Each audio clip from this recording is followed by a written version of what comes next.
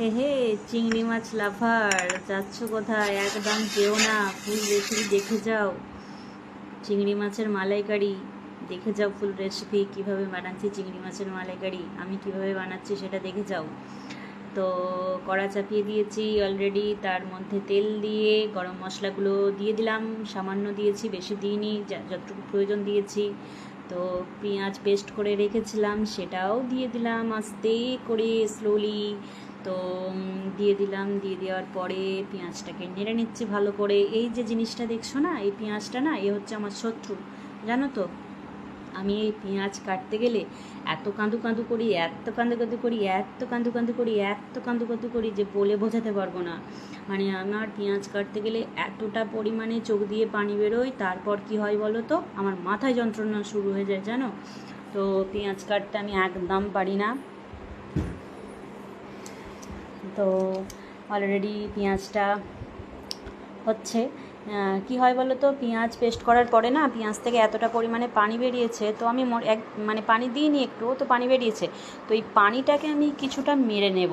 তো তার জন্য গ্যাসের আঁচটাও জোরে দিয়ে পানিটাকে মেরে নিয়ে এবার একে একে রেগুলার যে মশলাটা হয় সেটা আমি দিয়ে দেবো। রেগুলার মশলা মানে আমরা সবাই জানি যেমন হয় নুন, লঙ্কা, হলুদ, জিরে, ধনে।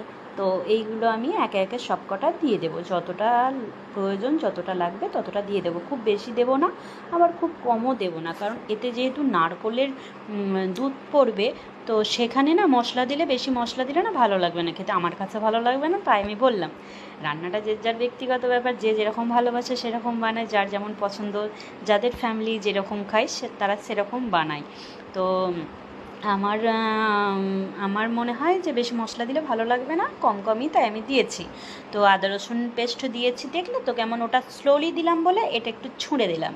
তো ওই রকমভাবেই হবে, কোনোটা আস্তে কোনোটা জোরে, কোনোটা আস্তে কোনোটা জোরে। তো আদা রসুনের পেস্ট আমি দিয়ে দিলাম।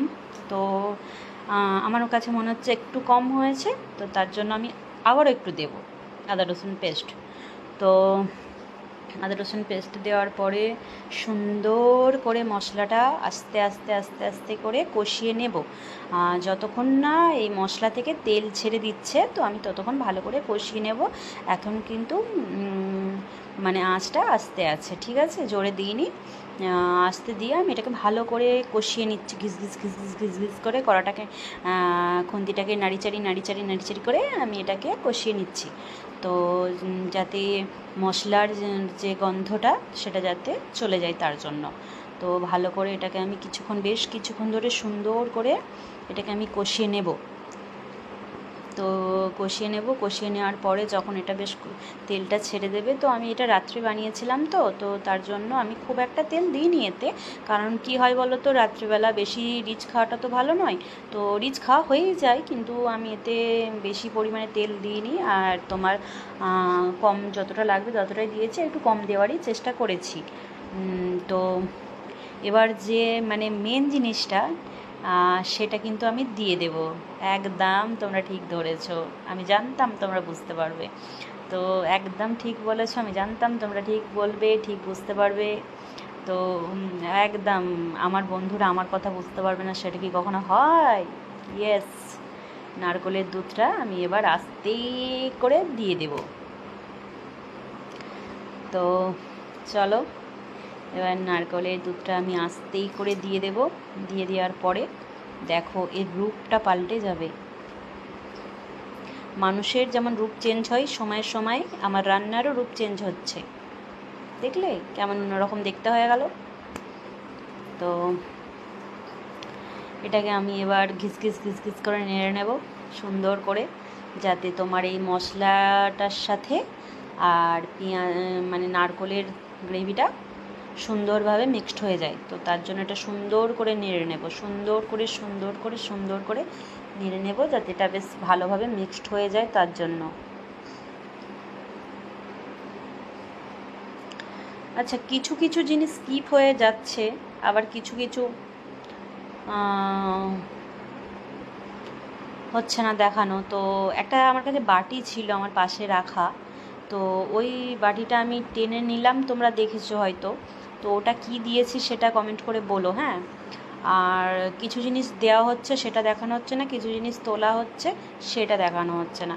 দেখো আমি অলরেডি চিংড়ি মাছটা দিয়ে দিয়েছি, কিন্তু আমার ক্লিপটা নেওয়া হয়নি। তো ক্লিপটা নেওয়া হয়নি, ওই যে বললাম কিছু জিনিস তোলা হচ্ছে সেটাও দেখানো হলো না, আর কিছু দেওয়া হলো সেটাও দেখানো হলো না। তো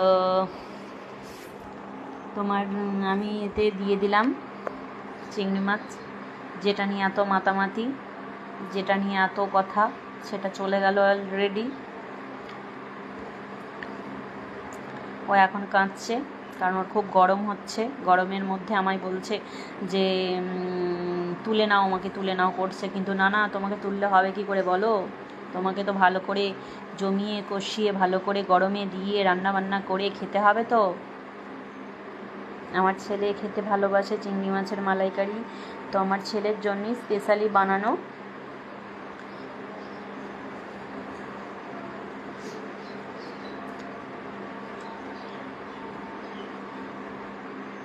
আমার ছেলে খুব পছন্দ করে চিংড়ি মাছের মালাইকারি খেতে। জানো তো আমার ছেলে না, যে এই পেস্টগুলো হয় কাজু কিশমিশ এইসব দিয়ে, কোনো পেস্ট দিয়ে যে রান্নাবান্নাগুলো হয় মোটা মোটা গ্রেভি না, সেই সব খাবার খেতে খুব ভালোবাসে। তো এটা রাত্রিবেলা হয়েছিল, ছেলের জন্যই হয়েছিল, ছেলে খুব ভালোবাসে তার জন্যই হয়েছিল করা। তো এতে দিয়ে দিলাম সামান্য পরিমাণে চিনি, কারণ একটু একটু মিষ্টি মিষ্টি ভালো লাগবে খেতে। সামান্য চিনি আর সামান্য পরিমাণ ঘি, কারণ ঘিটা খুব একটা ভালো নয় জানো তো। এটা কেনা ঘি, তো একদমই ভালো নয়। মানে একটা দোকান থেকে নিয়ে আসা হয়েছিল, তো একদমই ভালো নয়, ওই জন্য কম পরিমাণেই দিলাম। আমরা ঘি এক জায়গা থেকে আনি, তোমাদের সাথে পরে শেয়ার করব আমি ঘি কোথা থেকে নিয়ে আসি। তো আমি তোমাদের সাথে পরে শেয়ার করব, তো দেখাবো আমি কোথা থেকে ঘি নিয়ে আসি। তো ঘি দিয়ে চিনি দিয়ে সামান্য নুন কম মনে হচ্ছিলো, নুনটাও একটু দিয়েছি আমি, আর নুনটা কম হয়েছিল। তো নুনটা দেওয়ার পরে সুন্দর করে নেড়েচেড়ে একটুখানি ঢাকা দিয়ে রেখে দিয়েছিলাম। ঢাকা দিয়ে রাখার পর আবার দেখলাম মোটামুটি আমার হয়ে গেছে রান্নাটা, মোটামুটি হয়ে গেছে সবটাই, আর বাকি নেই, হয়ে গেল। এই তো দেখতেই পাচ্ছ রেডি হয়ে গেছে আমার চিংড়ি মাছের মালাইকারি। কমেন্ট করে বলো কেমন হয়েছে, তোমাদের কাছে কেমন লাগলো কমেন্ট করে বলো, কমেন্টের আশায় থাকবো। ঠিক আছে, চলো বাই, পরে অনেক গল্প হবে।